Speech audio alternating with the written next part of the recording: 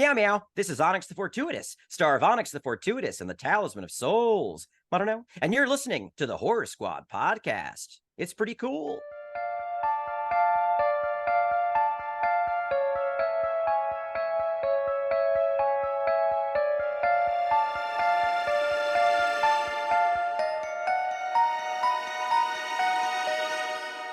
Hello, everyone, and welcome back to the Horror Squad podcast. This is episode number 304, where tonight we will be reviewing 1985's Silver Bullets.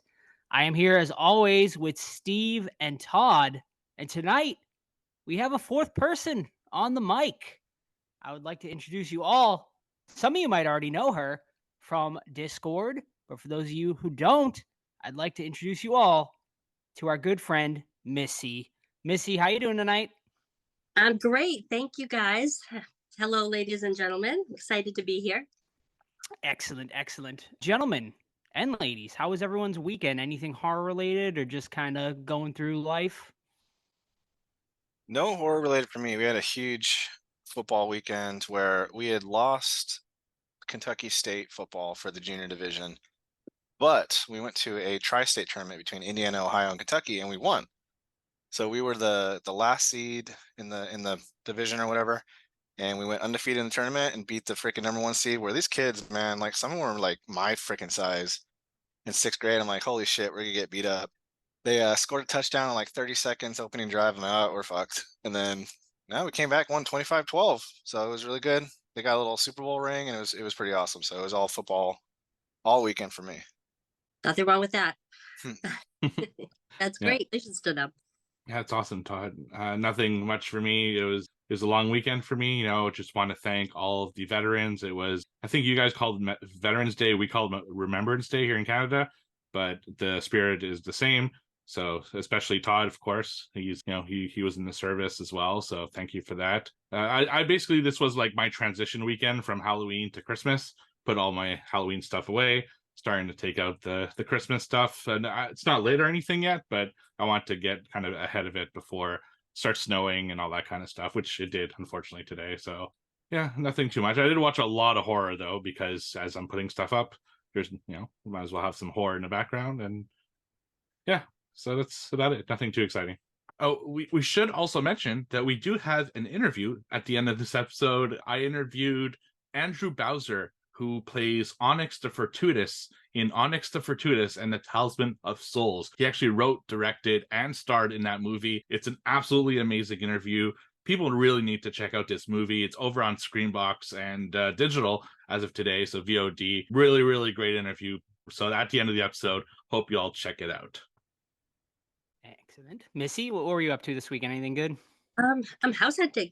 So that's the exciting thing in my life. But so no, I mean, we obviously had to watch the Silver Bullet again and watched a couple of horror movies. But other than that, that's pretty much what the weekend was entailing. Excellent. I actually watched horror movies this week for a change. I usually only watch our movie review for the week, but I actually was able to sit down this weekend and watch a couple, so I will have some for what watch this week for the first time in a long time. We also went thrifting a little bit, and we actually did find some like horror Halloween stuff. Nothing like overly exciting, but just when you go thrifting and you can actually find stuff to do with horror and Halloween, it's always fun and exciting. So that was pretty cool. I sent Steve and Todd. I found some Congo figures that I thought were kind of interesting. I also found some Blade action figures too from the Wesley Snipes Blade, so I thought that was kind of cool. And then just like a ton of vintage Halloween blow molds. I mean, I love blow molds, man, but I'll never pay $250 for a blow mold. The prices these days on those things are just insane. But yeah, that was really it. That was my weekend. Yeah, so let's get into our next segment here. Questions for Missy. So we wanted to ask her a couple of questions to do with her horror fandom and get to know her a little better. So who wants to start, gentlemen? I'll go. Okay, so I guess the $1 million question here is, how did you become a horror fan, and what movie put you over the edge, and when? Describe the scene to me. Honestly, it's all to do with my dad. He started me on horror movies when I was very young. I remember at about 7 or 8 years old watching Friday the 13th Part 1. So that's what got me into Friday the 13th being my favorite franchise, and that one having a special place in my heart. So that's big. And so we always watched horror movies together. He would take me to the movies to see them in the drive-in. I remember that. And when we got our first VCR way back when, he used to take me to the video store and we'd pick out the cool movies. My first videotape ever when we got our VCR was Funhouse. That was my choice. He was trying to get me like, oh, my mom's like, have her get Old Yeller or things like that. And I'm like, no, I want Funhouse. But Friday the 13th Part 1, that's my favorite. I know it's not everybody's favorite, but it's just my go-to. It's my comfort horror movie. As is many. My first question is, when did you realize like you were like a horror fan? Like, I think everyone kind of knows that time frame in their life. Like for me, it was obviously high school, I would say, is when I really started to get heavy into the horror. I even started like a little club and stuff like that we had and whatnot, and going to the video store every week. So when was that time frame in your life when you were like just craving for horror and just like watching just like thousands of horror movies? Middle school. I remember being in middle school, and I would make when my friends would come over, I'd always want them to watch horror movies, but they were always scared and I wasn't. And then I remember in middle school talking about it with people in my class and like, oh, I have a really great video you should watch. And it was The Evil Dead, and I'd never seen it. So I went home after school with this VCR tape and I put it in before my parents got home. And I'm like, oh my gosh, like this was the first Evil Dead. Of course, when I'm in middle school, that was something my parents probably wouldn't want me to watch. So they didn't know. But yeah, and then I was like, I even tried, it sounds really corny, but again, I was in middle school. I used to write little, like try to be like Friday the 13th novels and try to write them. Like I'd be in my room and I'd write stories, but they were all very slashery, so they weren't anything original. It was all based on that, but I had those little stories in a notebook. And so yeah, middle school was definitely. You're doing fan fiction before fan fiction was a thing. Yeah, I think so. Yep, but I didn't have any horror friends. Like it was always me, so I was always just watching them, and then I would tape them. I had on the VCR, I'd tape it, and then I'd watch it, watch the movies over and over and over again by myself, because I didn't have anybody that really wanted to watch them with me, other than my dad, obviously. One thing that you and I talked about quite a lot when we were together in Salem this past month, I guess, was conventions and people you've met at conventions and stories and stuff like that. So can you tell us like your top horror actor interactions that you've had, and maybe one, kind of bad one that you've had over all the conventions you've been over the years? Gary Busey. Right? Hint, hint. Actually, I met Gary Busey and I drove down to New Jersey specifically because he was going to be there. Because I mean, on this side of the country, he really doesn't come very much. And we made sure we were like one of the first people in line on Friday. And thank God, because he was arrested on Saturday and taken out of the convention. So I wouldn't have been able to meet him, and I would have been so heartbroken that he was taken away. And so thank God I got to meet him. But no, he was fine when I met him. He wasn't a problem. But again, that was on Friday in the beginning. So I don't know if he had like been drinking the next day or how that went. But so he was fine. My favorite one that I've met, probably Edwin O'Neill, which is the hitchhiker from Texas Chainsaw Massacre. I met him at Rock and Shock, and he didn't have a line, so he sat there and just talked for like a half an hour. And I wasn't even asking him to do that. He was just talking and telling me behind the scenes stories about Texas Chainsaw Massacre and just little things that happened on the set. And it was just a lot of fun to talk to him like that. And he's friends with Bill Moseley, who was sitting next to him. So they were going back and forth, and it was just a really fun interaction. And I really haven't had any really bad ones. I think I was telling Steve, probably the only one that I can think of that was even a little bit, rude was we met Richard Dreyfuss, and my boyfriend has a very big beard, and we went up there to meet him, and Richard Dreyfuss looked at him and said, "What are you, a biker?" And he said, "No." And he's like, "Well, then what do you have that beard for? You should shave that thing off. I don't like it." So he's like, oh, okay. But he wasn't like, mean or anything. But that's probably like the only one I can think of that made me like, oh, okay. Was an odd comment. Did you have BC sign Silver Bullet? Oh, absolutely. Yeah. Okay. Nice. Yep. That's the reason I went down there. So yeah, you go to cons a lot, obviously. Do you display your fandom? Like, how do you manage your collectibles? Well, right now I have all of my autographs in a 8x10 photo album. So I keep those in a photo album out on my coffee table, actually, so people can see them. And I try to kind of I put some of my fan stuff in my hallway, and some of it, my whole entire house is Halloween themed. But as far as keeping some of the like slasher and like Pennywises and my Jason stuff, I tend to keep that in my bedroom, my own personal collection. But I do have a Pazuzu statue on my shelf in my dining room. So if anybody knows what that is and they'll walk Nice. by, what the heck? Just a casual piece for your dining room, no big deal. Exactly. All right. So my second question for you is actually a two-parter. So obviously everyone has a favorite horror franchise. So what is your favorite horror franchise? But also maybe maybe it's the same, based on the character, but who also is your favorite horror character? Friday the 13th is my favorite franchise. Character. Yeah, I mean, I have to go with Jason. Like, he's a badass. I really do. And specifically Jason from part 3. Because he's still alive. He's like at the peak of his his strength and everything. And that's when he gets the mask. So Jason part 3 out of all of them. I got two more questions. The first one is, who would you say is your horror crush? Probably Kiefer Sutherland. Yeah. Specifically from the Lost Boys, or just now in general? No. I mean, definitely Lost Boys. I mean, I have a tattoo of David on my thigh, so definitely that's my horror crush. Nice. And my last question is, we've talked about movies, talked about celebrities, but one thing I always like to talk about is scenes. What are some of the best scenes in horror history? And what would you say is the scariest scene for you that you've ever seen? Okay, now best scene.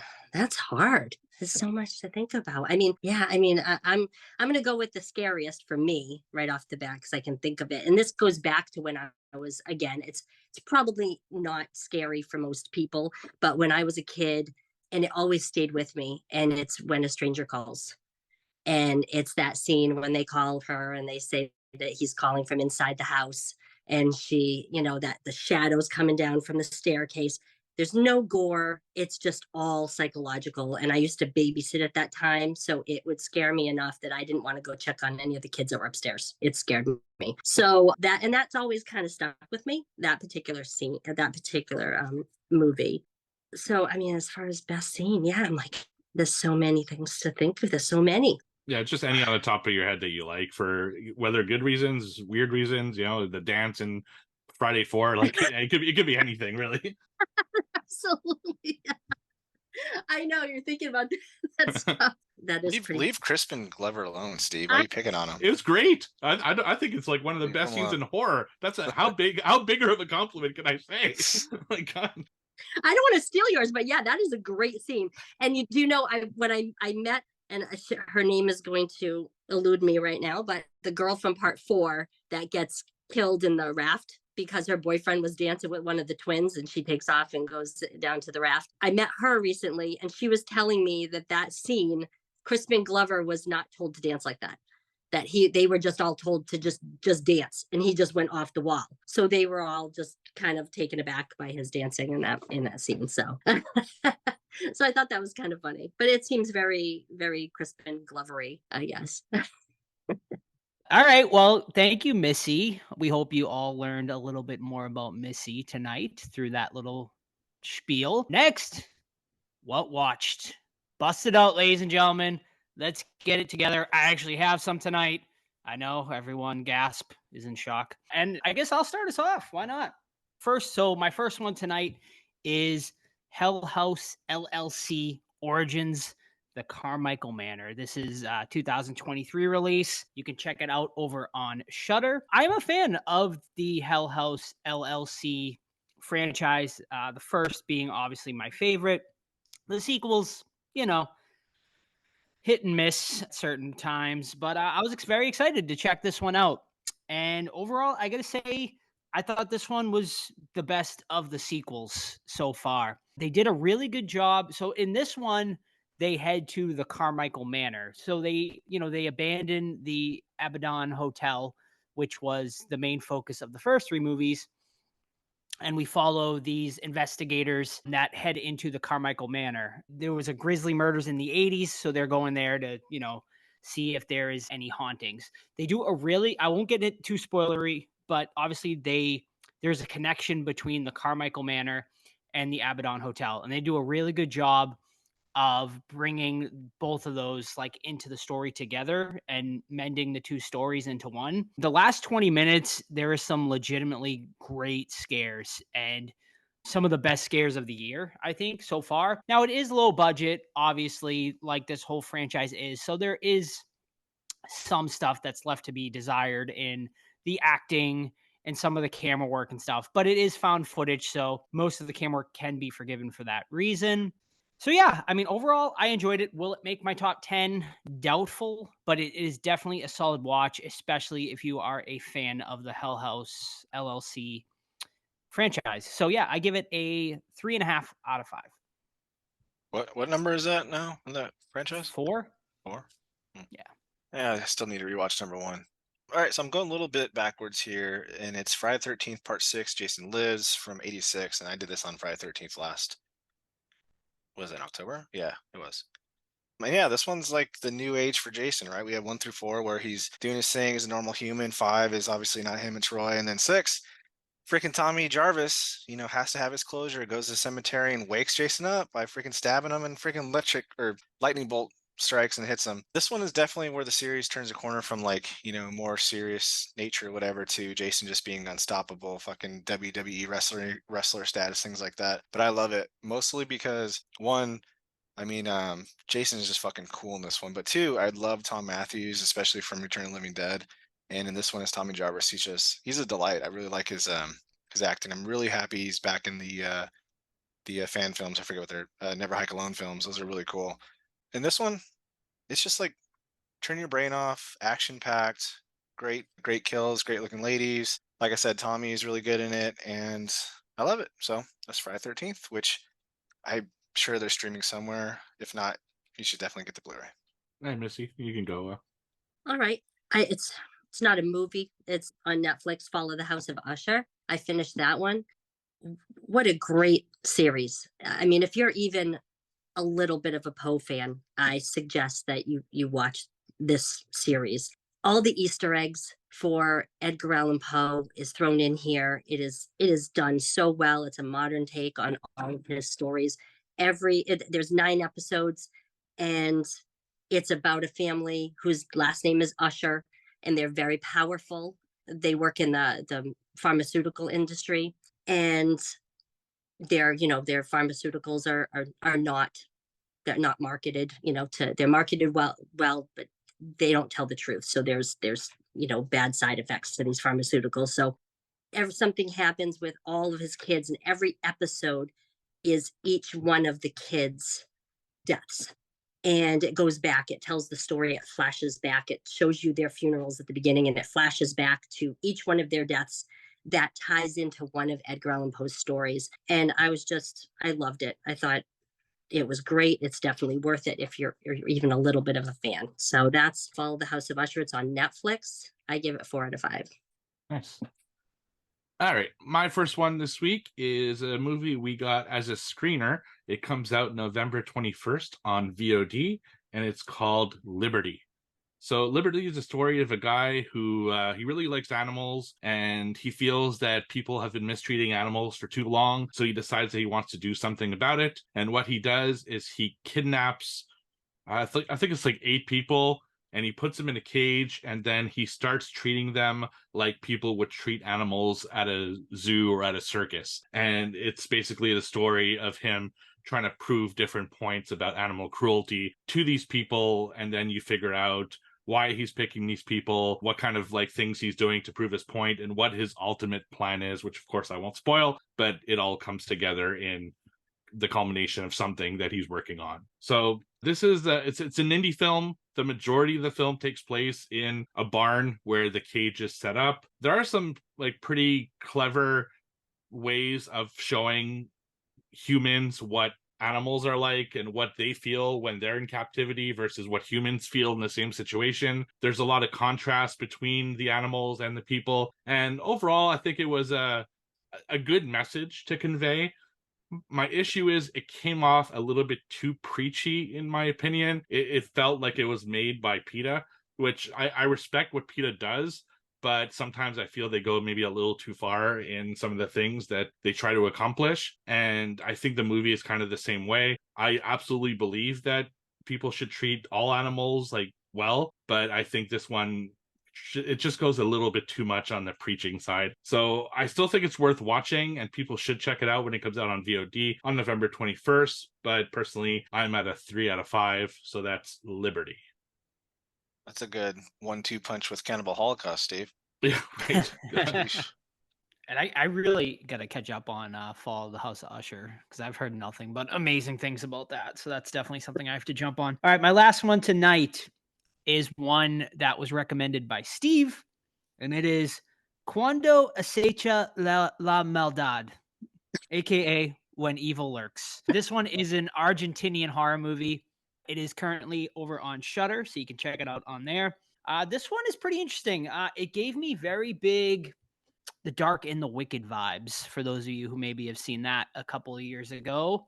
I think my number 2 movie from that year, actually. But yeah, so this one is about, two brothers that are in this sort of small village when they're asked to go over to this house, and what they encounter is, my goodness, a man that is severely bloated, apparently infected by a demon. Kind of reminded me of, if you've ever seen The Walking Dead, there was like a bloated zombie in the well. It definitely had those type of vibes. But yeah, this man has seen better days. But basically what the family is telling these brothers is that there's a demon in him and he can't be killed. There's what we come to learn is these demons can infect your body, but there are sort of gremlin rules, as you will, of things you can and cannot do to defeat this demon. You can't use like electricity around it. You can't kill it with a gun, amongst many other things. But basically what happens is they essentially unleash this demon into this village, and it starts spreading. And I'll leave it at that for now. Overall, I really enjoyed this movie. The beginning and middle, like, holy shit, it's quite a wild journey, and it really puts the foot on the gas almost immediately, and it doesn't hold up for most of the movie. It doesn't let up, I should say, for most of the movie. The problem is, I think the third act was lacking from the first 2/3 of this movie, because the first 2/3 of this movie, it's like there's some holy shit moments, like moments that literally made my jaw open and say, holy fuck, I can't believe they did that. But then the third act, just, I don't know, it just lost me, and I just wanted more finality with the ending too. Like, I felt like it just left it so wide open that you're kind of like, wow, that's it. And it just left me a bit disappointed. But overall, I still think a great movie, one that potentially could sneak into my top 10. It ain't going to make top 5 or anything, but something maybe that would make 9 or 10. We'll have to see how the rest of this year goes. We are heading towards the end of it, but this one is definitely worth your time. There's a lot of great stuff in here. Once again, caveat, I know some of you don't like subtitled movies. This is a foreign horror movie, so you will have to read it. But I definitely think this is one that's worth your time. It's interesting, has some, like I said, genuinely shocking and gory ass moments. So I definitely recommend it. I give this one a 3.5 out of 5. Honestly, probably would have been even higher had the third act, I think, followed as good. It honestly might have even been top 5, top 3 had that ending landed, but still definitely a solid movie. Do you like the goat? Yeah, there are several goats in this movie actually. Beautiful looking goats. And yeah, there is one specific scene with a goat that is one of those jaw-dropping moments, honestly, and it was pretty fucking awesome. So yeah, I love the goats. That's how I pitched it to Joe. I'm like, Joe, you got to watch this movie. It's really cool. It's got goats. So that's how I get Joe to watch movies. I thought about him when I watched the movie and saw the goat part. That's what I thought. Yeah. I'm like, oh, Perfect. Alrighty, my last one is 1995's John Carpenter's Village of the Damned, which is a movie I thought I hadn't seen until I watched the very final scene where Christopher Reeve is like putting up a brick wall in his mind to fight these kids. And basically, it starts off like really disturbing. There's a small U.S. town, whatever. They're hanging out, having a barbecue, and then everyone within a certain geographical location just like falls over and collapses, right? Knocks out. Cops try to get into the town. They immediately collapse and like, what the fuck? And then automatically or just randomly, everyone wakes up again. And it turns out that a lot of women were impregnated during this time where they were all knocked out. And 9 months later, they all give birth on the same day to these little freaks that turn out to be alien human hybrids, right? They all have this like almost silverish blonde hair. They're all fucking weird. Christopher Reeve plays like the town doctor who's really good in this. But and also has Mark Hamill too, is like a preacher, the town preacher. He's really good in it as well. So awesome premise until the child actors arrive, and that can make or break a film for you. And man, these kids were like brutal to watch. And then there was a really weird miscast too, in my opinion. And Christy Alley plays this doctor slash government agent kind of person, but I think she like it's a terrible miscast. Like she doesn't come off as believable as like the government like scientist kind of person. So cool premise, cool execution, but those child actors definitely needed some work. So I ended up giving it a 3 out of 5. I still enjoyed it. It was streaming on Tubi. I'm not sure if it is. It might have been one of those catch it before it's gone kind of things. But Village of the Damned by John Carpenter, 3 out of 5. Yeah, those catch it's before you're gone is always like it gets me every month. Oh my God. Like yeah, I get into a panic almost. And the worst thing is 80% of the films on Tubi will just go back the next month. Like it just but what I love about Tubi though, compared to other and I love plugging Tubi, but is that if you put a film on your list and it leaves, when it comes back, it'll still be on your list. Whereas other movies will remove it once it goes off and it comes back, it's not there. So I really love that about Tubi. So shout out to them for doing that. I have one. It's from 2010. It's called The Perfect Host. I was flipping through Peacock on this one, so it's on Peacock. And it stars David Hyde Pierce. And you guys might remember him as Niles on Frasier. And I loved Frasier, and he was my favorite character on Frasier. So I'm like, oh, I want to see this. And it was about a person who did a bank heist, and he was being, his picture was all over the news, and he was trying to hide out. So he ended up knocking on this guy's door and trying to get his way into his house by pretending to be a friend of a friend. And David Hyde Pierce is the homeowner, brings him in, and he's having a dinner party. And it just turns into who is the bad guy and who is the good guy. I mean, it ends up being not anything that I thought would happen. There was a lot of twists and turns in this. David Hyde Pierce ends up, being crazy and does some pretty shocking things. But it had a very Lifetime movie feel to it. It didn't seem like a cinematic movie. So it was a very Lifetime movie feel, and it had a lot of twists, but it's almost like, okay, enough. It was going kind of haywire at the end. It was good towards at the end is really where it kind of fell apart for me. It kind of lost it. It was too many twists and turns, and it just kind of went all over the place. But I mean, it was good. It was entertaining. Made a good one-time watch. I wouldn't watch it again. I'd say 2.5 out of 5. And again, you can watch it on Peacock. Nice. All right, my last one this week is a 2023 film that I watched over on Netflix. It is a Spanish film by the name of Sister Death. So this is a prequel to a movie called... Steve, can you give the Spanish translation, please? Thank you. No, I'm not Spanish. So this is a prequel to the 2017 movie by the name of Veronica.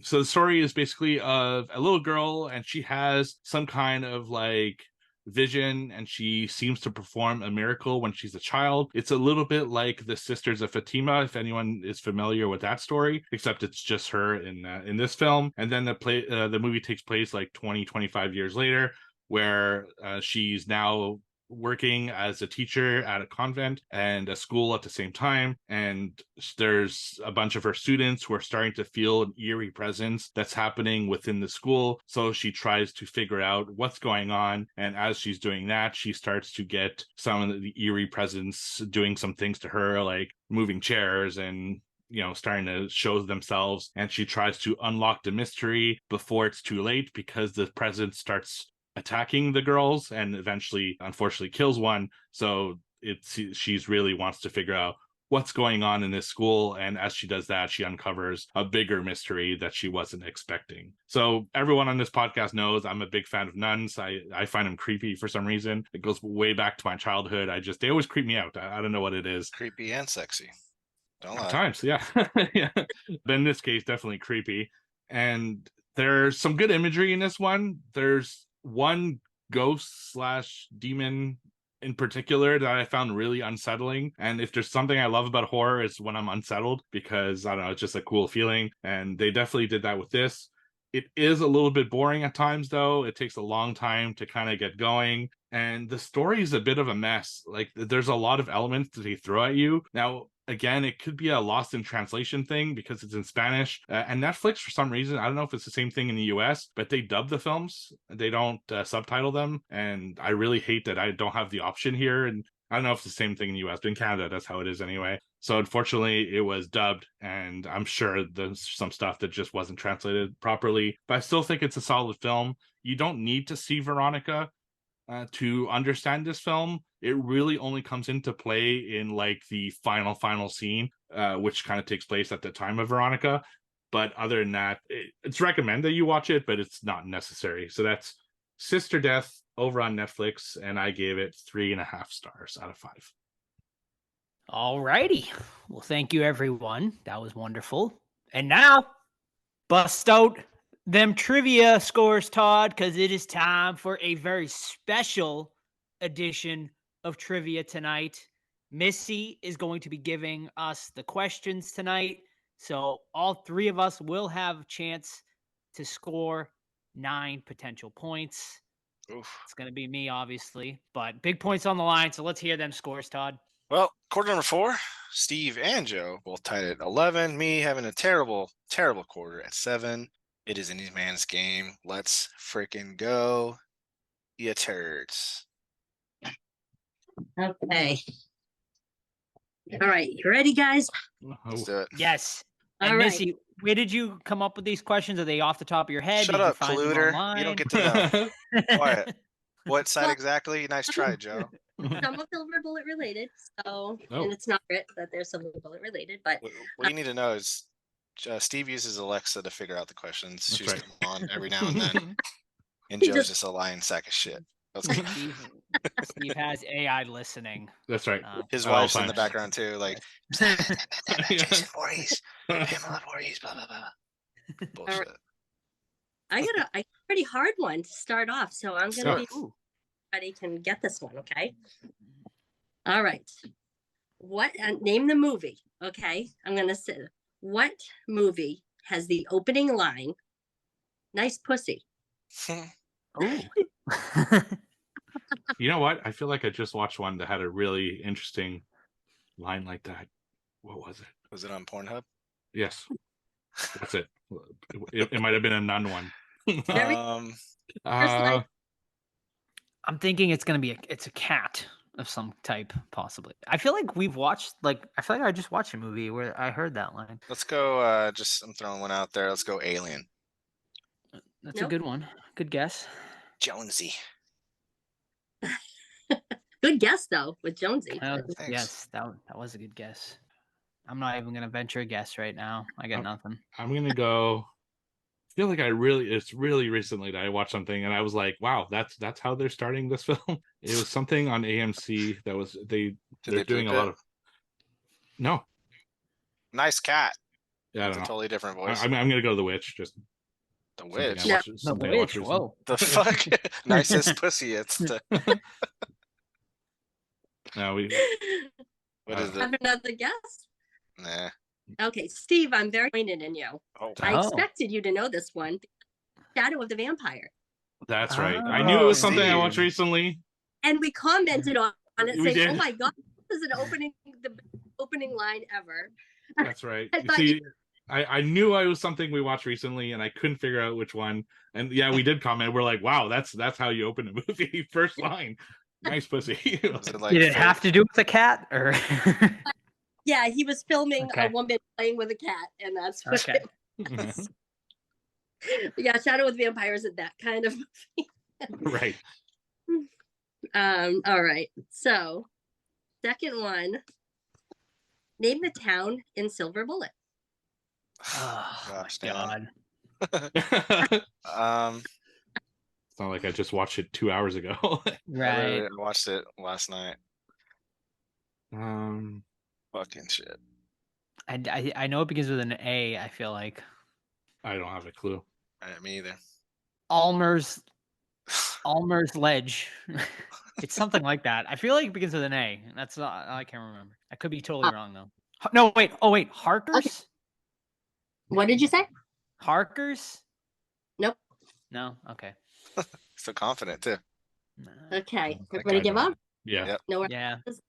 Harker's Mills. Oh, you're Oh, close. you're close. I was close. Yeah. I was close. You're very close. Good job. I have a tattoo of all like Stephen King towns and stuff, and that's definitely one of them. I Oh, have on really? my- That's cool. Nice. All right, third one. Somebody better get this one. If you guys just We're watched it. trying. We're trying. Shoot. Name. What's the name of the baseball bat? Peacemaker. There you go. Yeah. Steve on the board. Yes. Okay. Is Peacemaker one word or 2 words though? It's One. one word on Yeah, the they bat. put one word on the bat. Yeah. So Yeah. is the show. So Yes. Okay. An easy DIY prop replica. If you Yes. yeah, absolutely. Okay. So here's one Gary Busey related. Ooh. Nice. Gary Busey's son, Luke Busey, Oh. in what 2023 horror film? Oh, He has a son shit. named Luke Busey. First I I've only heard know of that. Jake. Yeah. Busey. Well, yeah, we know Jake Busey. Yeah, Right. well, Sorry. this is 2023. And you guys have all Wow. seen Yeah. Oh, That, wow. that never helps, by the way. We always. it. I Give it- remember the movie we were all watching seen tonight. I remember seeing that in the trivia for a movie. I'm like, oh, Jake Busey. Oh, wait, it's Cobweb. Yes. Oh. Who's he in Cobweb? He's one of the bully. bullies. He's the Oh, bully that okay. gets his leg broken. Wow. Oh, Okay. good. Fuck him. I like that movie. It's a good movie. It's a great movie. All right. I know. I saw him and I was like, oh, he looks really familiar. And Yeah. I looked it up. Oh, Interesting. that's why. Okay. And here's another silver bullet. What picture is on the kite flown by Brady? Smiley face. Yes. Yeah. So Fucking much for Brady. Joe's 9 points here that he was expecting. Yes. Big 0 currently. So now I'm completely done with silver bullet. So we're switching gears. Okay. Okay. What Huey Lewis in the News song plays? Hip to be square. Okay, good. For the American Psycho? Yes. Yeah. We know the question before it was asked. I know you guys probably asked it before. No, it's just a We're freaking big amazing fans. scene. Yeah, yeah. We Yeah, should I have really know. covered that I, one. lo- one I, day. I absolutely. That was actually one of my things I almost picked was Oh, that tonight. would have been sweet. Sorry. Sorry, I didn't. I can't believe we haven't covered it already. I know. We talked I about didn't even that. think we We covered got it in the 3 Three episodes. Guys days. No. Yeah. No. Who do you have, like a dog or something? Or no? Who do you have, like a We- puppy? Feed stray cat. And Steve likes that because that guy gets killed. That's He right. doesn't Yeah, like. Jared Leto. There you go. Oh, yeah. All right. Everyone ready? wins. The name of the child patient that grew up to shoot Dr. Malcolm Crowe in The Sixth Sense. Oh, good question. His in the movie. Donnie Wahlberg. That's Yeah, the but what's actor.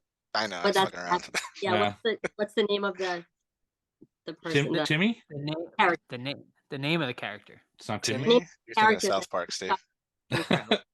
Like Bruce Willis, obviously. I thought it was Timmy. I don't know. I like how he really committed to that role though. For He like did. a He was 3-minute great. role when he's fucking around downtown Yeah, Philadelphia. And his unforgettable tidy role. whities. Should I reach for the VHS tape and cheat? No, It probably wouldn't even tell you. It Oh, would yeah, definitely that's wouldn't be right. on Yeah. there. Yeah, that'd be a very like obscure thing to put on there. After being shot by Timmy Yeah. Williams, they just ruined the whole twist. Oh, he I says think I it should like get the point for Donnie Wahlberg personally, but that's no, just me. hell no. I remember. I remember he listening said to the he tape, like but- remembers as he's negotiating with him. Yeah, he calls him like, "Come on, butt kiss," like Yeah, he calls him something. He's like pubert. Hubert Pubert. That's it. That's it. Damn it. Adams Family. Yeah, exactly, Joe. Yeah, a boy, a name a boy can love, pubert. I don't remember. Yeah, I get nothing. Nothing. Vincent. Vincent. Hmm. Yes. Mhm. Yeah, see, I wouldn't have thought that. Played by America's sweetheart, Donnie Wahlberg. Right. Yes. Has he ever done a con? I have not seen him. I Hey, fucking he love that. should. He does Saw, right? So Yes, Saw. Yeah. Yeah. All right. So, all right. Next one. What is the name of the pet cat resurrected in Reanimator? Church. There's another. Oh, I knew it, Steve. Thanks, I went too quick. Oh man, I can't even boy. remember that one. It was a Stephen Yeah. King film. It would have like We definitely covered that one we Yeah. did. at some point. We did. No, we didn't cover the film. We never Oh. covered Reanimator. No, Really? We did another one. From Beyond. Wow. Did we do From Beyond? We Didn't should we? cover Reanimator. No, too, we then. did. Well, we did both through the retrospective, Oh, but we that's never right. actually. We should covered cover some. all the Reanimators at some point. I liked the third one's no, really good. we It's don't. underrated. Trust me, we do not want to You don't- cover all. Was Do there you- what, There's 4 only of them? 3 of them. Oh no! That was 4. Are I you aware thought. that Full Moon has been making Reanimator for the No, last no. like Right, 6 no. years? But those don't count. Only Jeffrey Combs ones. Yeah. Okay. Yeah, it stops at Return or whatever it's called. The one where he's in Beyond. prison. Is it There you go. Cosmo? Oh, we're still. Oh yeah, we had a trivia question. Yeah. I just remember Is he it writes a Is it sign. Cosmo? That sounds kind of right.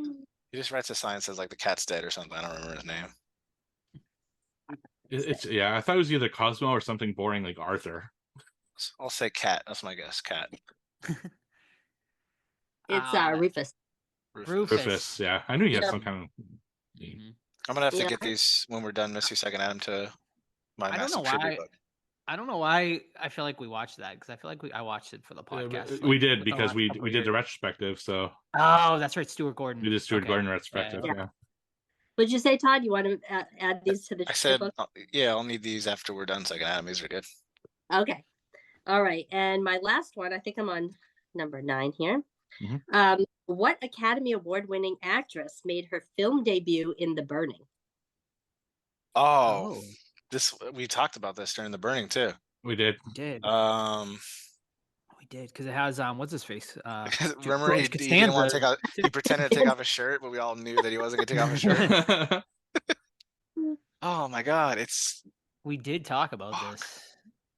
This is annoying. I don't remember. I just Um, watched it like a few months ago. We all did. Did we Yeah. review The Burning? Yeah, we did. We Oh. did. Yeah. That's why. Okay. Yeah. Cropsy. Cropsy's Um, Yep. girlfriend. I don't shoot. Jason Alexander, the Academy Award winning Did I actress. miss- Did I Yeah, get he- the Oscar nomination? He won it for Shallow Hal of all things. Yeah. Yeah, I love that movie. That's all I Don't remember. hate anymore. Yeah, his dog tail. I'm I gonna don't- go Tough night ahead. for me. Jennifer Connelly. I don't remember. Jennifer Connelly. Did she win an Oscar for anything? I don't know. She should have for Maybe Requiem for a Dream, maybe? She should have for Requiem for a Dream. Yeah. What's Mm. Keith David tell her? It's not gonna suck itself. I'm gonna go. No, Jodie Foster was freaking Taxi Driver. It's her first movie, so Charlize Theron. she didn't win an Nope. Oscar. No, Monster. She Yeah, won she for did Monster. for Monster. Monster, Yeah. Yeah. That girl that played the female boxer. Oh, and Hilary they Swank. had- Oh, Hilary this one- Swank. Nope. No. Alright. No, we give up. Is Okay. Hilary Swank hot? Off of Is Fans? she attractive or hot? It's a different question. Depends on what movie she's in. Not in Boys. It's Holly Hunter. Holly Hunter. Oh, okay. Okay. I would have never guessed that. No, me Yeah. What neither. did you win an Oscar for? The piano. The piano. Piano. Is that the one with Can't say Adrian I've ever Brody? seen it. Wasn't it? No, Wasn't it the that's the piano that he pianist. won for? The No, piano. the one Look with it up. Harvey Keitel and She played the piano. Yes. what's the girl? The girl from True Blood. That main. Oh, Anna Paquin. Yeah, she was in that too. She was a little girl. She was her Okay. daughter. Huh. Yeah. Let's see. Awards. Won one Oscar for the piano. Correct. Yes. Thanks, Jeff, for confirming. Well, she was All right, also so- nominated. She was that also was- nominated for 13. For those of I you, remember that who have movie. I seen saw that. it in the movie theater, and it was kind of scary because it's the Harvey Keitel is full nudity in that movie. Oh. Full dong, huh? All right. Yep, full nudity, and you're like, oh my gosh, I wasn't expecting that. There's Harvey's dong, everybody. All right, Todd. 13 is probably more All right, terrifying than that. Joe, with a strong prediction tonight, came up with 0. Steven, Thank you. myself at 2 apiece, which brings us to Steven the lead with 13, Joe 11, myself 9. Let's go. Thank you, Missy. Slowly creeping up on Joe for the year, I think. So I'm scared. I'm coming. Sorry, guys. I All didn't right, know well, that. I was gonna say no No, I more can give letting you the- I can Missy give you the do the year up. trivia, all the I can- trivia questions. I can do the year update. Hold on. Yeah, no, we're inviting her back. I mean, this is perfect. Okay. The year update. The year update is as follows. Joe in the lead with 74. Steve on the tip of his butthole with 72. And me creeping over Steve's shoulder, 71. Wow, it's so close this year. Very close. All it takes is one person to have like a monster game A and it's done. 9-day, yeah. Yeah, Mm, sweet. All righty, let's get into our review then. 1985's Silver Bullet, directed by Daniel Attias, written by Stephen King. Todd, would you like to synopsize for us? Certainly. Now, does Stephen King write the screenplay for this? So, I thought it was a story based off. It's so he wrote the movie. So actually, Okay. I actually watched a whole thing about it today. It's actually based on a calendar. He was supposed to originally do a calendar. Missy probably already knows this since she's like the big Silver Bullet fan. But originally, it was supposed to be a 12-month calendar with he teamed up with like an illustrator while he was writing the story for the small little 12-month calendar series. He realized like he had a bigger story than he really wanted. So then they ended up making it into a sort of graphic novel, 127-page graphic novel that he made with the comic illustrator whose name I don't know right now. And yeah, it became Silver Bullet. It wasn't called Silver Bullet. I can't remember what this. Do you know, Missy? It's called. Yeah, Cycle of the Werewolf. Cycle of the Werewolf. I Yeah. had that one in my chamber in case you asked it too. I'm like, I'm good. Oh. Yeah. But originally, Don Coscarelli was slated to direct, and then he dropped out due to, I think, creative differences. Because he's being a butthead. But yeah, King did pen the script for this as well. All right. So it started in May in a small town, and every month after that, whenever the moon was full, it came back. The small city of Tarker's Mill, that's Tarker's Mill for the trivia question, is startled by a series of sadistic murders. The population fears that this is the work of a maniac. During a search, a mysterious hairy creature is observed. This strange appearance is noticed once a month. People lock themselves up at night, but there's one boy who's still outside. He's preparing the barbecue. That is a weirdly written synopsis on Letterboxd, and it doesn't really like. If I read that, I'm like, this is kind of lame sounding. But yeah, essentially, we have Corey Haim, who is a young boy. He's disabled, and he has a souped-up wheelchair created by his uncle, played by Gary Busey, who's like. He's a fuck up. He's being thrice divorced right now. He's constantly drunk, and his sister's taking him in and fucking giving him shit like, "You're not a good example for my kid. He's impressionable." But you know what? Gary Busey, Red, as he's called in the story, really like has Marty, who's Corey Haim's best interest in mind. Like he may not be the best influence, getting drunk and all this shit in front of him, but he stands up for Marty. He says he's not handicapped. He has nothing against him. He's a good kid. Blah blah blah. But meanwhile, this little town that typical Stephen King, everyone has like this little fucking side story going on, is being attacked and ransacked like almost nightly by a mysterious creature that they think is a murderer. We got Terry O'Quinn of Stepfather fame and of Lost fame, who I fucking love. He plays the town sheriff. We have a bunch of people, side characters. We have a dude that's in the bar. We have a priest. We have Brady's little best friend. We have a sister who's narrating the film, which is kind of strange. It pops up randomly and I forget it exists. And she talks. I'm like, what the fuck is that? But essentially, Corey Haim, Marty, is trying to take the lead on the investigation. Why the cops are trying to figure out who the fuck's killing everybody. This is a second time watch for me. I think we watched it first time on Three Guys Days. I don't love this movie, but I definitely have a new respect for it on the second watch, and we'll talk about those reasons later. Missy, why'd you choose it? This movie has such nostalgia for me. I loved it as a kid. I find that, I mean, it has some moments of, gore, not over the top, but it has a lot of humor, in my opinion, too. I love the relationships between Uncle Red and Marty and his sister Janie. I love that. And all the little side characters. I think they're great. There's a lot of funny moments. For me, it keeps my attention. And I was a fan, of course, of Corey Haim back when, because he was a big actor back in the day in the 80s. But I've always loved this movie. I'm a huge Stephen King fan. So when Cycle of the Werewolf came out, I did read, I did have that graphic novel. So when it came into a movie, I watched that and I fell in love with it. So I know it's not the best movie out there, the Stephen King, but it's one that I just always have fun with, no matter how many times I watched it. It's quotable. I quote it when I'm watching it all the time. So nice. Yeah, so this is I think the second time I've ever watched it. Yeah, we did review it back in the Three Guys Days. I believe it was episode 76. I looked it up the other day because I was like, haven't we? Because when Missy brought it up, I messaged you. I was like, didn't we review this? And she was like, no, we didn't. I was like, I could have sworn we reviewed this. And then we went back and we figured out it was way back when in those days. So yeah, overall, yeah, I think this is like a pretty fun movie. I really love Uncle Red. Like Gary Busey does definitely steal the show here.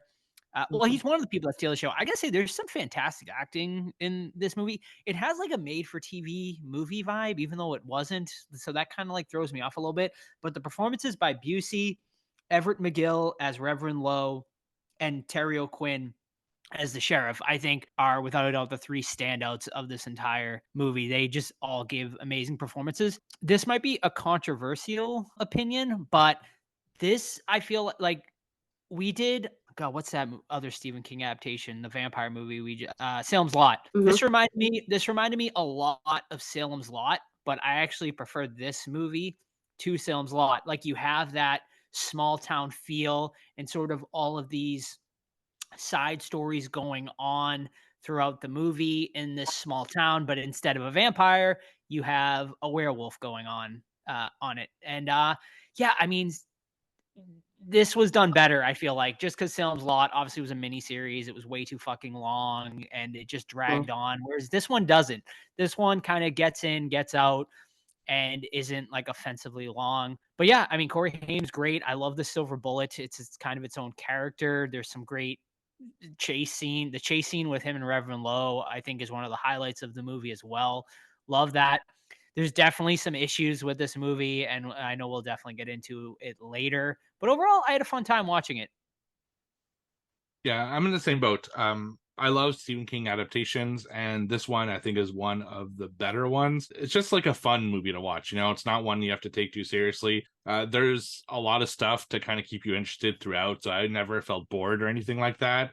It starts off like right away. You have someone get their head like knocked clean off by a werewolf within the first 2 minutes, which is absolutely fantastic. And it has one of the scenes that I think is just one of my favorites of all time. It's the church scene, but I'm sure we'll discuss it in more detail later. It just kind of comes out of nowhere, but at the same time, it's so entertaining, and it's just a really, really cool scene. I kind of wish we got more of that in this movie, which unfortunately we don't. I love the relationship, like Missy had said, between the kid and Gary Busey. I think he's just such a cool uncle, and he really just wants to see him thrive, despite his disability, and just to show that, this kid has a lot to offer more so than just being a disabled person.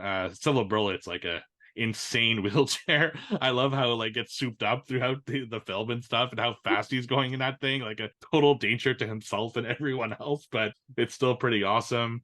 And there's just a lot of like really cool scenes. And like Missy said, there's a lot of quotes, which I'll say later, that I really like. I think they're just really funny and things that I don't remember hearing in other movies. So it's a fun one. You know, it's one that I've seen maybe 3-4 times at this point, and I enjoy watching every time. Todd, what are your gripes? I know you seem to be the dissenting voice of on this Dissenting movie. So voice. Dissenting. Here it comes. First of all, is Gary Busey a good guy? He's not. He's not a good guy. He's fucking drunk, right? This is a guy that you thought, I've said this before. When everyone has that friend's family when you're young that like, yeah, I can get beer from this guy, from his dad, because his dad's a piece of shit. This is what fucking Gary Busey is. Is he fun? Sure. Is he a good guy? He's not. But he's still entertaining, right? Because Gary Busey is fucking insane. Like he has to be drunk or high or a combination of it all in every scene in this movie, right? Or I don't know. But here's my like little nitpicks with it. You don't give a fucking 10-year-old kid a motorcycle essentially, and he just speeds off, no helmet, no fucking turn signals, no horn, nothing. And he's just fucking whizzing around town. Okay, I know we're giving him like an avenue to express himself, but maybe motorcycle isn't the right fucking choice. So the sister definitely has a point in saying you're no good for hanging around my son because he's given a fucking motorcycle, he's drinking, blah blah blah, all that stuff. Those are my like really super nitpicky things. Everything else is just like standard stuff. Hey, it's the 80s. The kids went off all day. Nobody knew where they were. That was the 80s. On motorcycles? I don't know about motorcycles, but So I'm gonna come to defense on Gary Busey's character here because I think he's actually extremely layered in this movie for like a character that is supposed to be sort of the fun uncle, but clearly he's dealing with alcoholism and some sort of depression. I think we find out towards the beginning of the movie that he just broke up with his girlfriend or he's getting divorced or something like that. And they mentioned the third time. Right. So who's the woman in his bed though? The fourth, the next wife. Damn. But I mean, he's very layered here. Like there is a good man in there, and you see it like throughout the movie with him and Marty. But he's also dealing with his inner demons as well, going through this divorce, heavily drinking because of it. I assume. I don't know. Maybe he was an alcoholic before the divorce. We don't really know. So yeah, I mean, I think that it's good writing on King. Like I feel like he does that a lot. He definitely, because obviously King was an alcoholic himself and dealt with severe addiction. So I'm sure, he's sort of writing himself into this story a little bit there as well. Yeah, King also had some massive daddy issues. And I think he tries to show that, despite not being a perfect character, that Gary Busey's character is at least trying for the kid. Like his own problems are one thing, but despite all that, he's still trying to be there for him and trying to show him support because he seems to insinuate that the kid's mother really only sees him as a disabled person and not as like a regular kid. And that's what Gary Busey's trying to show. Motorcycle. Yes, and fireworks and a rocket. Fireworks. Yeah. Now don't use these badly, kid. Right. Okay, Uncle. Can I have a shot? Yeah, exactly. Although watching this differently, when I was younger, I always thought the mom was just, oh my gosh, she's so awful. Like she's so mean to him. And now I'm looking at it going, well, this guy is sitting there drinking wild turkey right out of the bottle, right in front of this kid. And he obviously does that often. And so I was like, well, I guess I see her point a little bit now, as an adult, a different perspective. Yeah. And then there's also a lot of things I want to talk about with the werewolf stuff. So we have a werewolf attacking and killing people throughout the town. You have a guy with like this absolutely crazy greenhouse, that he has in his house, which is super impressive. My wife was like, wow, how many plants does he have in this thing? Like, how big is this thing? It's like 2 stories. Really likes wrestling too. Yeah. Oh my God. Yeah. Funny characters in this movie. He is. Yeah. They're just ending up on welfare or whatever he says. Shut up, bitch. Like, go back inside, you drunk. Absolutely. Yeah. So what I was getting to is that, so it eventually does kill a kid, and the father obviously super upset about it. And he goes to it. There's a great scene at a bar where, the cops trying to tell the people of the town not to do their own justice, that he's going to take care of it. And then the dad steps in saying, basically, like, you have no right to tell the town that we need to do private justice for my son. So I'm curious from all your perspectives, do you think the town is in the right to do their own justice, or is the cop right and say you're one step away from lynching essentially the wrong person? They weren't doing enough. There was only, well, I mean, granted, that's a very small police force from what they show. So I don't know if I'm hoping it's more than those two guys, but there was too many murders at that point. Like nothing, nobody, they didn't even have a clue. So for them, I don't know, they went out to the park where, that kid was murdered. I think they were all in the right to do that. It's time, okay, we let the cops do their thing. And at this point, we need to do something. We need to figure something out. And I think they were in the right to do it. It's a really tough situation. If it was my kid, I would 100% be on the father's side, being like, we got to get some street justice. We got to go out, figure it out. But at the same time, it's a very dangerous and slippery slope because, like you said, you could go out, you kill the wrong person. Yeah, I mean, you got to kind of let the law take its time. But it's a very frustrating thing because usually they take way too long, like you said. So I honestly can see both sides of the story, both sides of the argument here. And it's a tough one to decide what the right one is. But I'm kind of always on the side of let law enforcement do what they're supposed to be doing, which is their job. And street justice usually never works out well, usually. Yeah, Terry O'Quinn hit it on the head where it's like, this is one step away from being a lynch mob. And we all know how that worked in more troubling times. And I do understand their point of view too, like Joe said, like if it's your kid, like, yeah, he'd be out there fucking with a shotgun looking for him. But the problem I have with it is, one, that fucking ringleader in the bar that keeps like egging on the deputy, he's a stupid piece of shit. Like, shut your fucking mouth up. I hate people like that. Like, well, because I'm over here drinking a beer, I know more than the fucking cops do. Blah, blah, blah, blah, blah. You have that in real life and it just drives me crazy. But what is their end game? Like, they're fucking walking around with shotguns because they don't think it's a werewolf. They don't think it's a wolf or a bear or anything. They think it's a human. So what? The fucking guy's gonna be walking out there. We got him. There he is. Which leads to a scene that I think is meant to be super cool, but I think it's so awful because the reactions and the acting in that scene of the group of the hunters that get picked off, in my opinion, was just like so hokey and so awful, especially like one of the older gentlemen that's like, I'm getting out of here or something like that. Like, ugh, it was awful.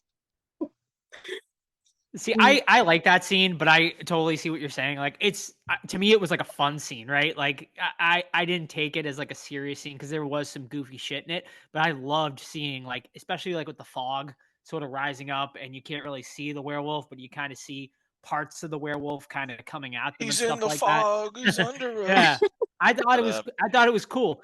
Had they played it more like that, this is the point where I say this has like a made for TV movie feel, and this scene in particular really gave me that sort of made for TV movie feel. I think you sort of, I don't know, bit higher budget or sort of even film this in a different way, this scene could have been like way more effective.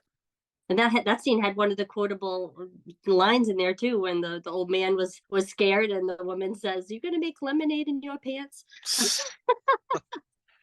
But I have a note on Marty and why I think he's a little prick. So hey, if you're in a wheelchair, you can still be a prick. We're not picking on anybody. Yeah. Marty was more upset, way more upset, when the fucking carnival and the fireworks show was closed, compared to when his fucking best friend Brady was torn apart. He's like, the fireworks are, I'm like, dude, your fucking bud was just ripped apart, you little sack of shit. And then he has audacity to go sneak out of house. How he doesn't break his neck is fucking beyond me. Climbing out of the second story window and his like hips below don't work, right? Whatever. But he drives this stupid souped up cart over to the park and he fucking litters all of his fireworks into the pond. Like, I'm like, are you kidding me? Like, that just, it's a nitpick, but Marty's a little piece of shit. I don't stand by that.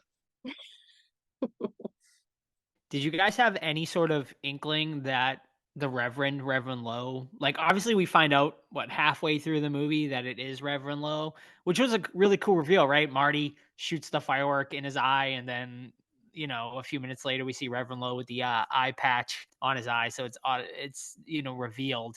Before that, was there any inkling? Like, watching it now after watching it the second time, like, I feel like they were like he's pretty like scary looking. Like even in the very first shot you see of him, I feel like it was kind of, now it just seems like obvious that it is him. But I didn't, the first time watching it, I had no clue up until the reveal. Were we meant to think it was red? I don't think so. I don't think, I don't think so. I don't remember. Yeah, it's been so many times I've seen the movie, so I don't remember from the first time when I saw it if it was a huge reveal to me. But his character is so good because he's like a typical priest in the beginning, and then as I think he's getting closer to the full moon, he's getting more and more, descending into that monster, and you could see like he's starting to, get scruff and, not looking as clean cut as he was and acting a little bit more unstable just as he goes along. So I liked to watch that descent of him. So Yeah, I think the problem is the actor they chose for that role. He just looks evil, yeah. even when he's trying to be good. He's just one of those faces that you're like, he's probably the bad guy. He's just got one of those looks. But I think Todd's actually onto something. I have a feeling that a lot of people the first time would have thought it was red. And the reason I think that is they set up that he's absent a lot. He wakes up like drunk, but was it really just alcohol? Is he just trying to like drink his problems away? Like, we don't know what he's actually going through in his life. And I thought they were kind of insinuating a little bit that it could be him that's been doing this. That's why he's so absent, and that's why he's not there for the kid. And he's almost like giving the kid the tools to protect himself from an attack, as if like, I don't know, like I think they're setting up a little bit, but again, it's tough to say because I watched it a long time ago, so I knew immediately who it was. But I think there's definitely some people who would have thought it would be red. So what do you guys think are the best kills in this movie? Because there are quite a bit of them, but they are a little bit on the cheesy side compared to other horror films. But are there any that stand out to you? I think the woman in the beginning, the second kill, the pregnant woman, I thought that was probably the hardest one to watch, only because with the clawing, I thought it was done really well. That brings up a good point because I remember the line that Jane overheard in the park from her estranged lover or whatever he is. He says this stupid line. He's such an asshole. He's like, "It's your oven and it ain't my bun." And he walks away. I'm like, dude, what the hell? And then she dies. I'm like, man, no justice for her. But my favorite kill is Terry O'Quinn's death, man. Like it's a really cool effect when he smashes him over the head and like the blood and the scalp explodes and he's just like on the ground looking up at him and scared eyes and stuff, and then he beats him to death. That was a really cool scene. Agreed. You stole mine. Yeah, I really like that scene too. It's really cool, and I think it's probably one of the more gruesome ones. Like, I don't feel like any of the kills are overly memorable in this one, but that is definitely one that stands out a little more. Yeah, I actually like the same one as Missy. I thought the way that the scratching was being done, and it kind of lasts longer than a lot of the other kills. A lot of the kills in this movie are really quick. Like they're not overly long, and that's for the majority of the werewolf films. That's something I want to talk about near the end. Is I feel the last scene was a little too short. Like the werewolf like barely shows up and they kill him and it's over. It's like there's not much of a big final scene, in this movie, which I think the movie kind of needed. I do want to get to what is my favorite scene in this movie, and I'm curious, Missy, I'm sure this is one that you liked as well. The church scene when all the werewolves are coming out. I think it's like they blew their budget on this scene because the transformations are really good. The makeup is probably better in that scene than the actual werewolf they use in the movie. So what does everyone feel about that scene, starting with Missy? Yeah, no, I think that's very entertaining. I loved all of that. And how and to find out it was a dream. I thought, okay, because you think like, oh my gosh, this is really going on, the first time you're watching it. But no, I thought it was really well done, because I know that I can admit that there are definitely parts of this movie that are very cheesy, and some of the effects are definitely not the best. So this one I thought was done very well. I like the werewolf on the organ and the way she was kind of dancing on that one. That was my favorite one. Yeah, this is definitely probably the coolest scene in the entire movie. It's actually the one scene I remembered from the first time I watched it. It's just super memorable. It's unfortunate that it's a dream sequence though, because like you said, like they probably did blow a lot of their budget on this one scene. That's fucking awesome. I just wish it like meant something. Like it meant more, than into the actual story than just a simple dream sequence. So I loved it, but I just wish it was real. Like, dream sequences always kind of bum you out once you find out it's actually a dream sequence. But it's a fucking awesome scene regardless. Yeah, it is very cool. Missy, does the book follow closely with the Yeah, movie? Yeah, yeah. It's pretty good. pretty faithful. I haven't been the werewolf in a long time, but from what I remember, it's pretty close. So how does everyone feel about the end? I just felt it was, they're set up, okay, you got to get to Silver Bullet, they melt down their chains, and then they're ready for this big confrontation, but the big confrontation is 3 minutes long. They're waiting, basically watching TV, which made me laugh because I remember when TV, like cable would end at night and they'd play the national anthem. And I remember being so bummed. And then you'd have to wait for the national anthem in the morning before like cartoons would start and shit. So that's such a They thing did that in Canada too. yeah, that was our national anthem, right? So Yeah, yeah. watching ours. Well, What is this? if I'm watching an American channel, it'd be the American one. It's just Oh. but yeah, so I just thought it needed a bigger final confrontation, because it's like literally them just waiting overnight for him to show up. He shows up, a small scuffle, and they shoot him in the eye. Movie over. So what do y'all feel about the last scene? I agree. It was very lackluster for me too. It went way, yeah. There should have been a definitely more to do with that. There was more action with the werewolf before he was a full werewolf, in scenes earlier, and then for him to be all monster, like they said, he's now fully a monster, and he's that easy to kill. I mean, I know it's a silver bullet. I get that, but it just seemed like it would be longer and it would be more intensive after all that. So that was one of my gripes too. Yeah, it never felt like they were in like crazy danger, Like there need to be more stakes, like whether, I know Red gets kind of thrown against the mirror there at one point, but like I don't know, I feel like they should have gotten more. Someone should have been more like close, I guess, to like mortally wounded. Maybe Red, maybe kill Red, honestly. Like I don't know, like I don't and that's another point I wanted to make is this movie sort of has like an identity crisis. I feel like because I feel like it's like almost sort of like gateway horror like for kids, but it's also a little too scary and too gruesome in parts. So like I mean we focus on obviously the kids, so it's like almost like a Monster Squad type movie, but then you have these like brutal kills. So like it's very like yeah, like I feel like they need to pick a lane, like make it a horror movie or make it sort of an intro to horror movie. And I think that's definitely a problem here.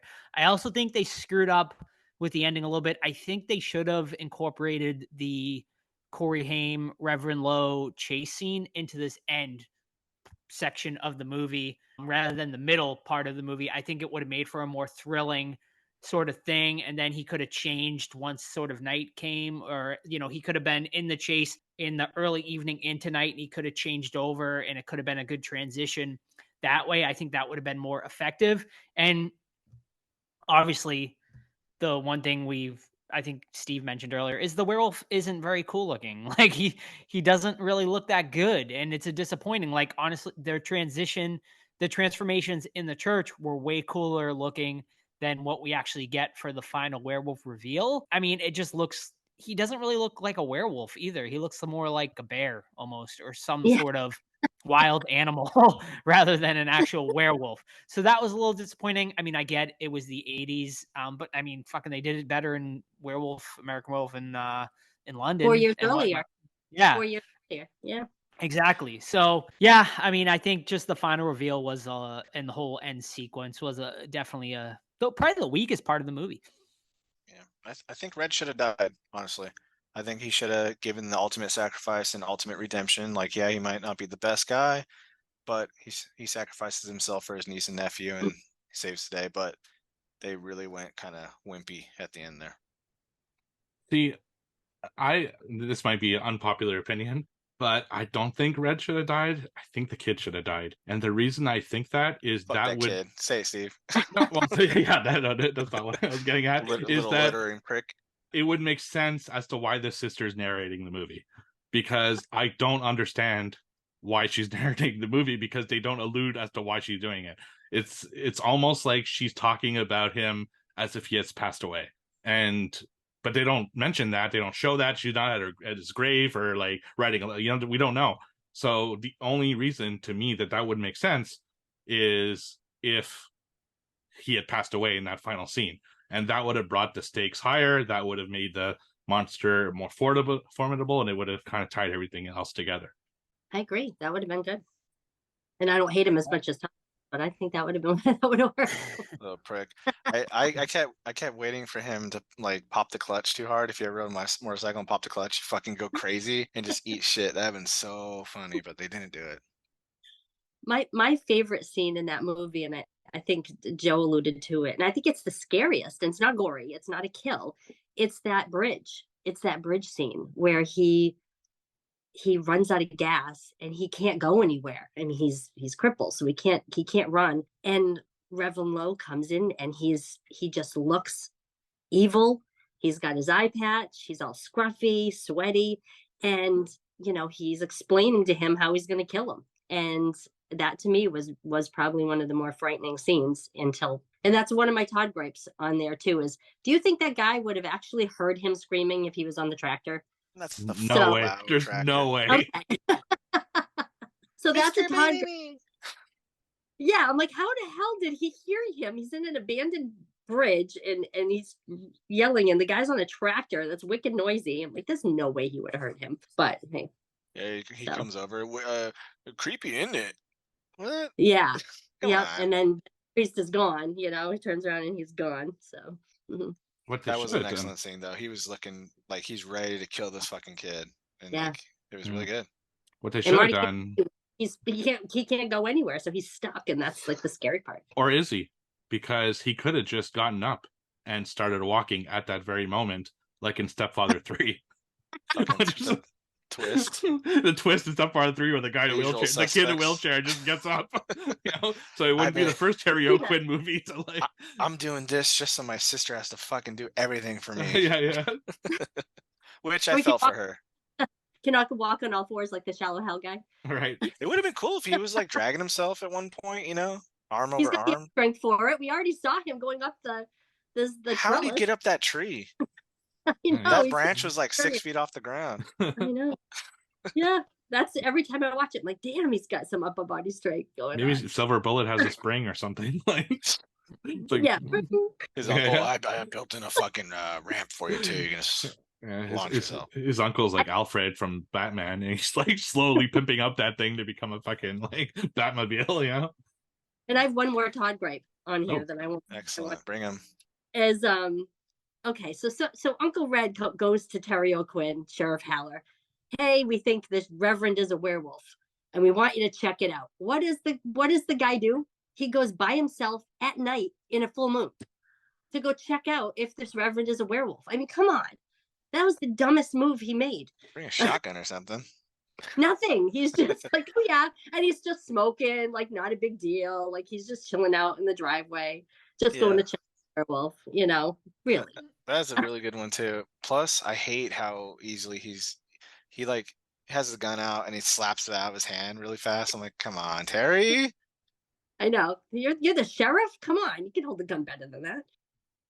Alrighty. Well, I think that anything else you guys want to get into, or should we rate this sucker? Yeah, we can rate it. All right. Well, let's let Missy end with it since this was her pick. So I'll start us off. Yeah, I mean, I think it's a fun movie. It's very 80s, very time capsule 80s movie. It's definitely dated, has its issues, but I think it's still a fun watch. Is it something I need to watch I mean, it is a Halloween movie, right? Like it ends on Halloween night. So technically it is a Halloween movie. Is it something I would throw into my Halloween rotation? No, but I think it's something I wouldn't mind revisiting every, few years. I think there's enough there to have fun with. I think this is a great sit down with a group of friends and kind of, you can laugh about it or just kind of enjoy it, beer drinking type movie. So yeah, I'm going to give it what I originally gave it based on my letterbox, 3.5 out of 5. Steve, what's that movie where the aliens come down and it's like really weird? Paul Rudd talks about it all the time. Oh, it's Mac and Me. Mac and Me. I Yeah. cannot stop thinking about Mac and Me during this whole With movie. the wheelchair, yeah. Yes, there's a scene in Mac and Me with the wheelchair going like 90 miles per hour. Yeah. And yeah, you know what? I appreciate, people loving this movie. It's just not for me. I feel it's a bit too hokey. A lot of missed opportunities. But I gotta say, Corey Haim, it's a shame what happened to him. He's such a good actor. He's got a lot of charisma. He's adorable. He's just fine in all his roles, and it sucks that he went the route he did. So rest in peace to him. But I still give this one. And Gary Busey too. Like he has his physical health ailments, and now he's kind of off the rocker for a lot of years now. But he's a great actor too. But it's a 2 out of 5 for me. I'm closer to Joe on this one. I think it's a really fun movie. Sure, it's cheesy and there's some issues with it. It's not like one of my favorites, but I watched it 3 years ago because I watched it while I had Letterboxd. So it hasn't been that long, but I still had as good of a time this time as I did last time. So I gave it 3.5 stars out of 5. Okay, and for me, like I said, it's complete nostalgia for me. I've loved this movie for a long time. It's just it's a fun Stephen King movie to watch. It's a mindless one. I'll put it on. It's a comfort movie. I'll watch it probably 1 or 2 times a year, honestly. And again, all the actors I love. Megan Follows too. I was a huge fan of her in Anne of Green Gables as well. Gary Busey, I love him. He's great. And this is definitely one of my favorite performances from him. I know he's, done a ton of other movies, but for me, this was just typical Gary Busey, with his little, Uncle Redisms too that he threw out, throughout the movie. And it has humor. It's got some scary moments. It's got some gore. Corey Haim, of course, like you said, he's great. I have fun with it, and I know it's not the perfect movie. There's definitely a lot of issues with it, but I'm with Joe. 3.5 out of 5 on this one. Ooh, I thought you were gonna go higher. I'm surprised. No, because I know it's not a perfect movie. I can understand that, but for me, it's fun for me, and I know it's not the best. It is, like you said, cheesy and everything. So I can understand that for rating it. I think that's more fair than because it's not a critically perfect movie. So. Alrighty. All right, folks. Well, I think that is about going to wrap it up for this episode. Missy, thank you so much for joining us today. Is there anywhere anyone can follow you or anything, or just come chat with you on the Discord with everyone else? Discord, yeah, definitely Discord. Missy Lap 3, MISSYLAP 3 on Instagram as well. So thanks so much for having me. This was a blast. I loved it. Love talking to you guys. Thanks so much for sitting through one of my favorite movies from the 80s. Excellent. Well, it was a pleasure, Missy, and I'm sure we'll talk to you again in the future. And we'll see you over on Discord. So yeah, guys, that's going to wrap it up for this episode. We hope you enjoyed our review of Silver Bullet. Next week, black meat, white meat, all will be carved as we review Thanksgiving. There will be no leftovers. Yeah, the highly anticipated Eli Roth follow-up to his, of course, fake trailer from the Grindhouse movies. We are finally getting it. Takes place in Plymouth, Massachusetts. So, maybe I'll go down to Plymouth Rock and, can do a little screening down there or something. That would be fun. We'll see how this movie goes. But yeah, so next week in theaters, Eli Roth's Thanksgiving. We will be reviewing it for you guys on the show. In the meantime, you can keep up with the podcast, Facebook, Twitter, Instagram, the Horror Squad Podcast. You can also email us anytime, the Horror Squad Podcast at gmail.com. But of course, you already know it. The best way to keep up with the podcast is our Discord. Just send us a DM or an email through any of our socials, and we will get you a link to that Discord. Don't forget, leave us a 5-star review on your favorite podcast app if you haven't already. And merch, if you want to support the podcast, you can buy some merch. We have a lot of fun designs. We're going to have more fun designs coming.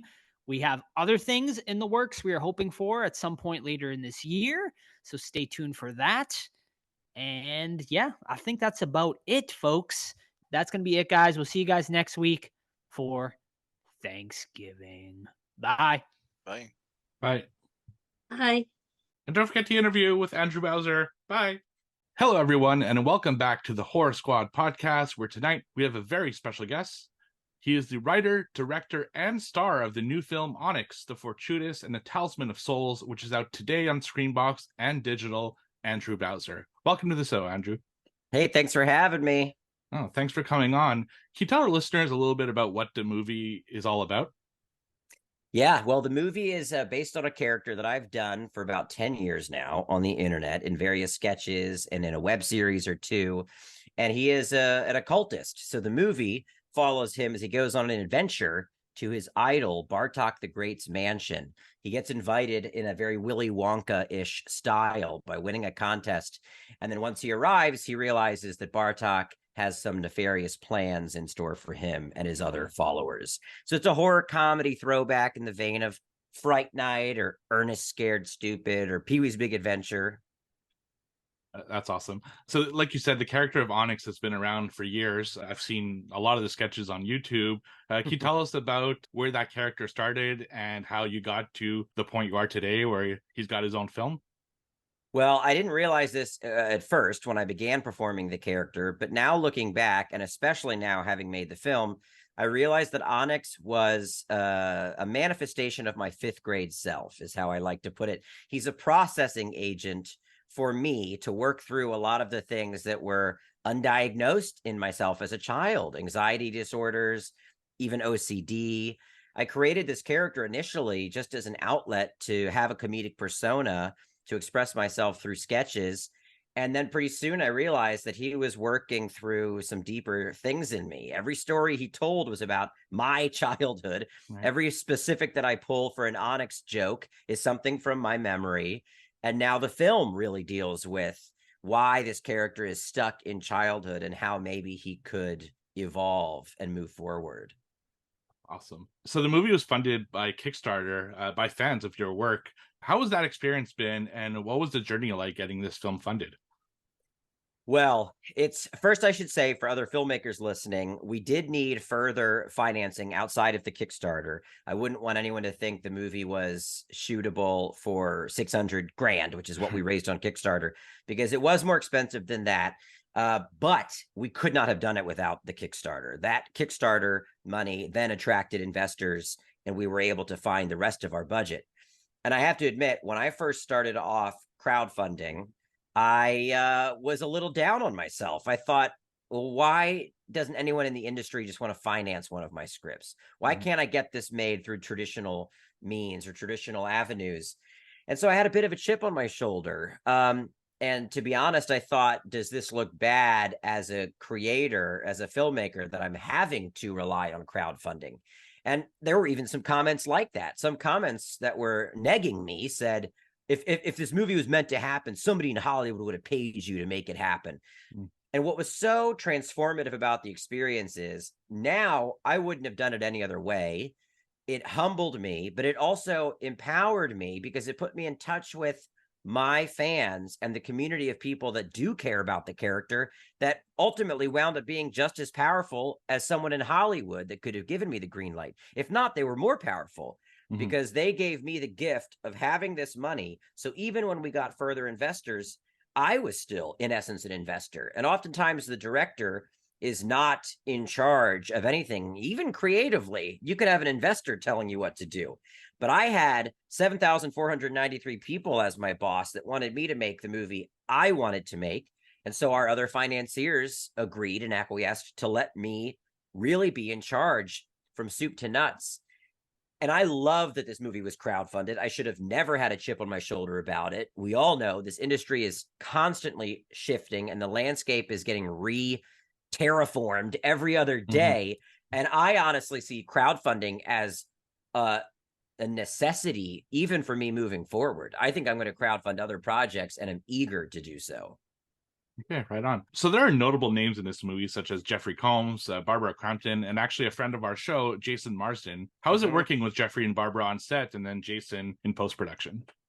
They were all three fantastic. I've worked with Barbara a number of times on some shorts and some branded content that I had done for Ash versus Evil Dead, actually. I directed a short for them for Funny or Die, and Barbara was in it with Bruce Campbell, which was a horror nerd dream come true for me.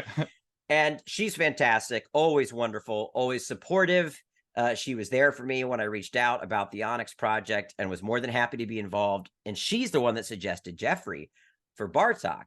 I had not thought of him for Bartok. I had thought about how much I would love to work with Jeffrey Combs in my lifetime because I'm a huge fan.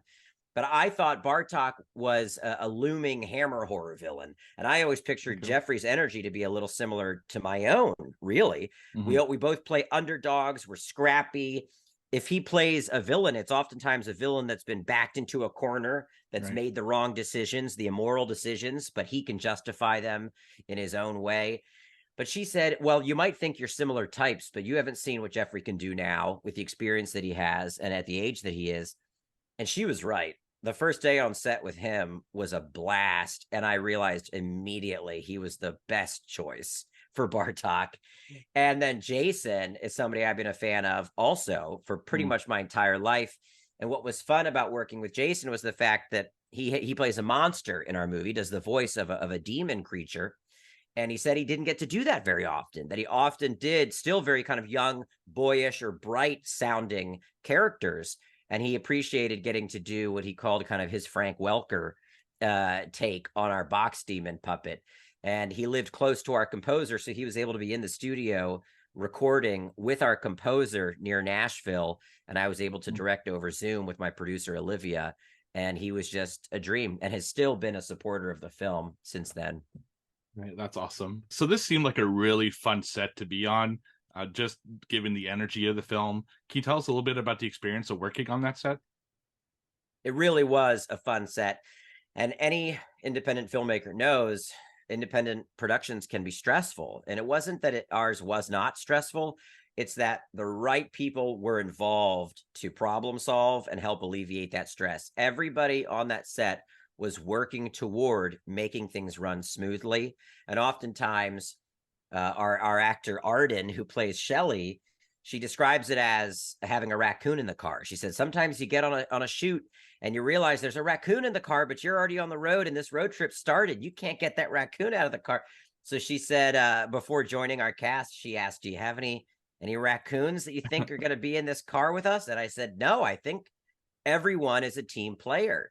And it was true. And it takes, on any film set, but especially tiny ones, it really takes everybody being on the same team and on the same page, making equal amounts of sacrifice.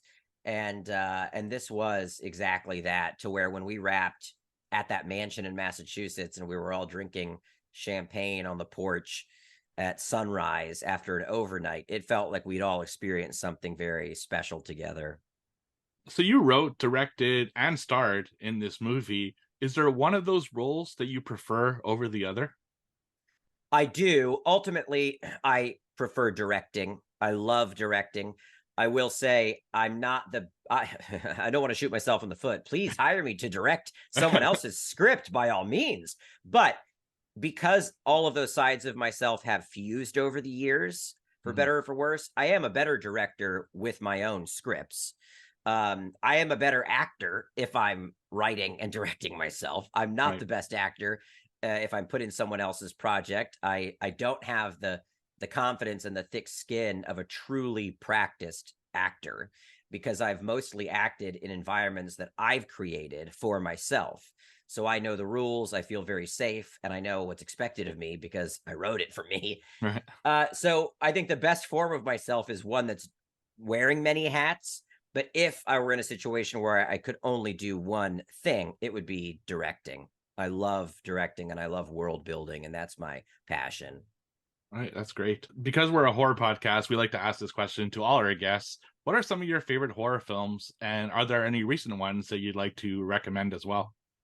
Yeah, I'm infamous for not liking much modern horror, but I'm trying to be better because I don't want to be the elder millennial stereotype that just rewatches Fright Night and Gremlins and over again. But to start with some of the older films, I am a creature guy, so I will love anything that showcases practical creature effects and puppets. Gremlins 2 is huge for me. That makes up my entire personality. Right. When that Key and Peele sketch came out where they were kind of making fun of how random Gremlins 2 was, I watched it and thought like, well, this isn't funny. This is just why Gremlins 2 rocks so Right. much. Where's the joke? So Pumpkinhead is one of my favorite monsters and favorite films. I love how dedicated that movie is to showcasing the creature effects. I like the simplicity of its narrative. I like the mood. I'll put Pumpkinhead on a loop. And then a little sillier, Night of the Creeps is a big one for me. If you know, I know it looks, everybody's, you know, gets to throw their name in the hat for a remake here and a remake there. And I'm pretty obsessed with making my own scripts, but at the same time, I would love to remake Night of the Creeps. That would be a dream come true. More modern, I really liked the Micah Monroe movie from last year or maybe 2 years ago, Watcher. Yeah, that's a good one. I really liked that.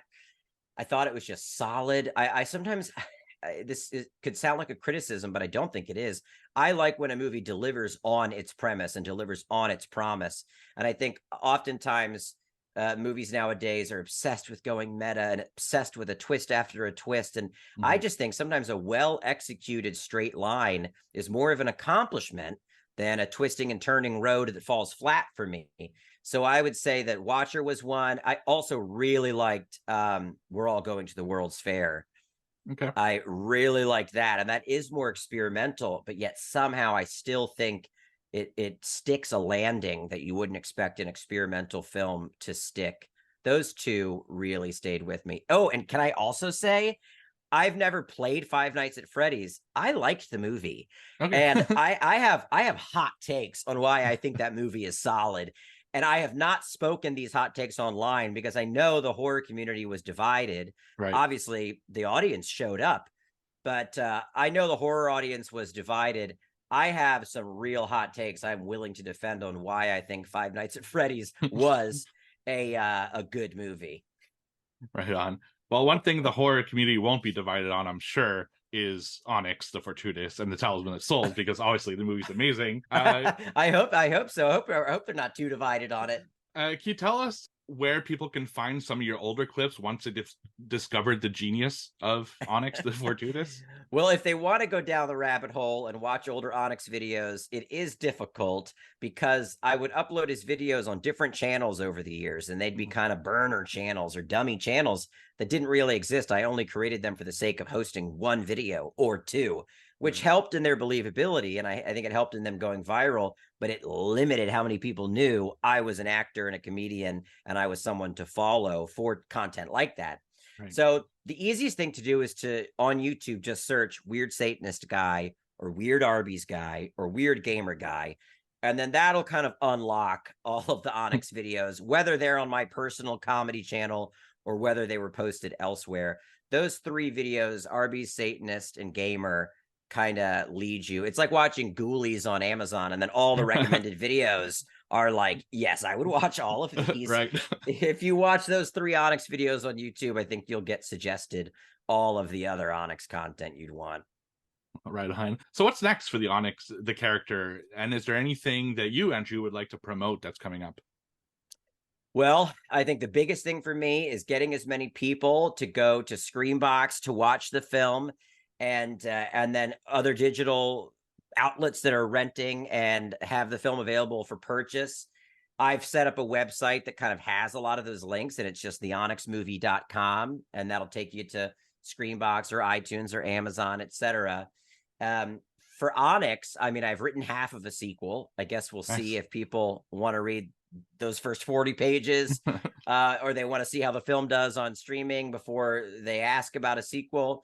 I would love to see him do another horror comedy, because I think the first one almost for me acts as a proof of concept, whereas the second one could really get up on its feet and have some fun. And then I'll just be making a lot of Onyx sketches to promote the streaming release and a physical release later on. And other than that, I'll be writing a few other scripts that I've been working on and retooling. Awesome. And where can people follow your career and the film on social media? Best place is Andrew Bowser Director on Instagram, or Onyx The Fortuitous official on Instagram. And it's the same for Onyx on TikTok. And then my Twitter, or my X, whatever it is just Andrew Bowser. And I post pretty regularly across all of those. Andrew, it's been an absolute pleasure. Thank you very much for coming on the show. Everyone, please go check out Onyx The Fortuitous and the Talisman of Souls, available today on Screenbox and on digital. It's been a pleasure. Thank you.